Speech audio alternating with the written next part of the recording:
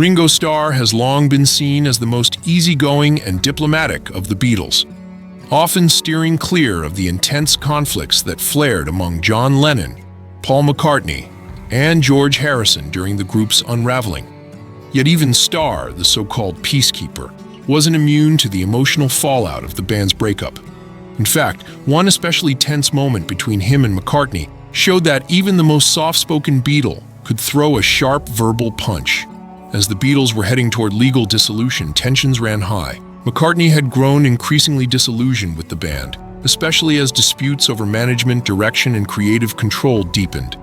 In an effort to resolve matters, Starr was chosen, likely because of his calm and gentle demeanor, to approach McCartney on behalf of the others and Apple's board. According to McCartney's recollections, Starr's visit didn't go well. He viewed Ringo's arrival as a calculated move by the rest of the group, seeing him not just as a friend, but as a messenger for the opposition. Feeling cornered, McCartney admitted that he lashed out, accusing Starr and the others of manipulating him. He said the encounter became so heated that, for the first and only time, he told someone to leave his house in anger. Though it didn't escalate into physical violence, the exchange was clearly hostile and emotionally charged. Starr, meanwhile, remembered the confrontation vividly. To his shock, McCartney erupted, raising his voice, pointing fingers, and making threats that Starr would pay for whatever role he was perceived to be playing.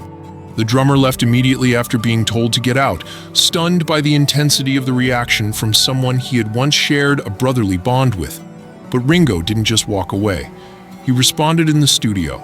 While Lennon and Harrison had already channeled their frustrations into pointed solo tracks aimed at McCartney, Starr also joined the chorus, albeit in his own understated way. His track, early 1970, included a playful yet biting verse that poked fun at McCartney's new lifestyle. Living on a farm, surrounded by sheep but lacking cows, starting a family, and perhaps no longer interested in playing with his old bandmates. The lyrics were subtle, but they carried a clear sting, made sharper because they came from the most unlikely source. Still, Starr's message wasn't entirely one of resentment. The final lines of the song reflected his true nature, forgiving, hopeful, and open-hearted.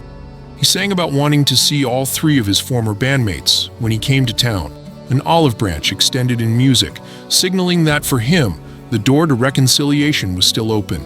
While early 1970 might not have been the harshest criticism McCartney received during the breakup era, it hit differently, precisely because it came from Ringo, the one who had always tried to keep the peace.